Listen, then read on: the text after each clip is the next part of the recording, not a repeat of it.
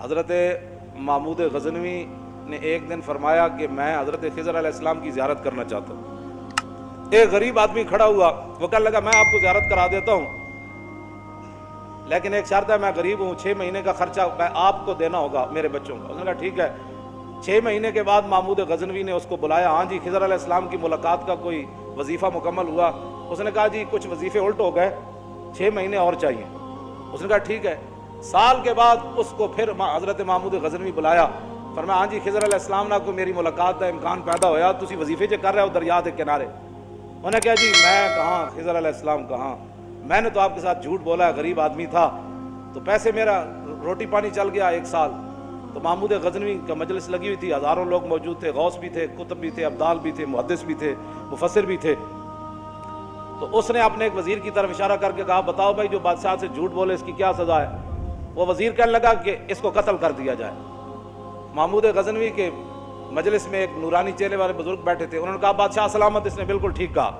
پھر اس نے ایک دوسرے وزیر سے پوچھا، اس نے کہا جی اس کی کیا سزا ہے جس نے بادشاہ سے داؤ بھی لگایا اور جھوٹ بھی بولا؟ اس نے کہا یہ گردن نہ اتاریں، یہ تو پھر جلدی مر جائے گا، اس پر کتے چھوڑے، یہاں تک کہ کتے اسے نوچ نوچ کر کھائیں تاکہ اس کو پتہ چلے بادشاہ سے جھوٹ نہیں بولا جاتا۔ تو وہ بزرگ نورانی چہرے والے کہنے لگے بادشاہ سلامت، اس نے ٹھیک کہا۔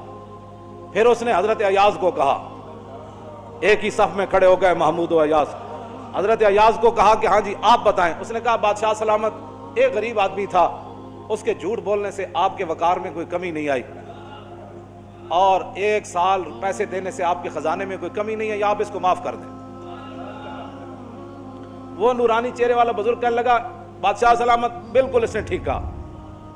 محمود غزنوی نے ان بزرگوں کو قریب بلایا، انہوں نے کہا یہ کیا بات ہے، جو گردن اتارنے کا کہتا ہے وہ بھی ٹھیک ہے، جو یہ کہتا ہے کہ کتے چھوڑ دیا جائے وہ بھی ٹھیک ہے، جو معافی کرتا ہے۔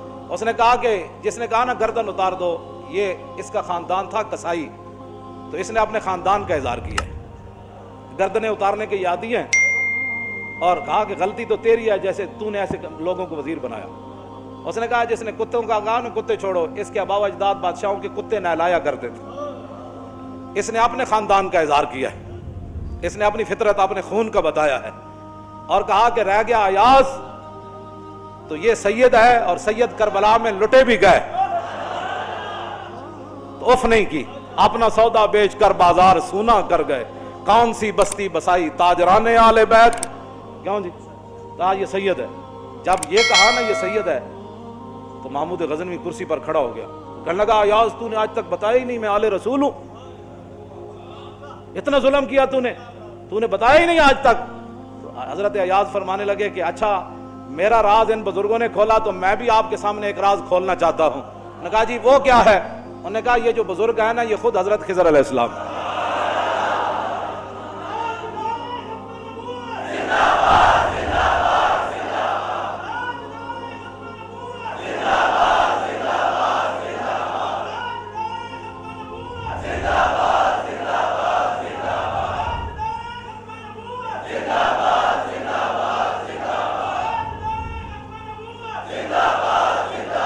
توجہ بھائی توجہ، آپ اور ہم خوش نصیب ہیں کہ ہم اپنے خون کا اظہار کر رہے ہیں۔ ہمارے آباء و اجداد نے صدقے یا رسول اللہ کے نعرے لگائے، ہمارے بڑوں نے حضور سے محبت کی، حضور کی ختم نبوت پر پہرے دیے، تو ہم اپنے خاندان کا اظہار کر رہے ہیں، اور جن لوگوں کو یہ مسئلہ نہیں سمجھ آ رہا ہے وہ اپنے خاندان کا اظہار کر رہے ہیں۔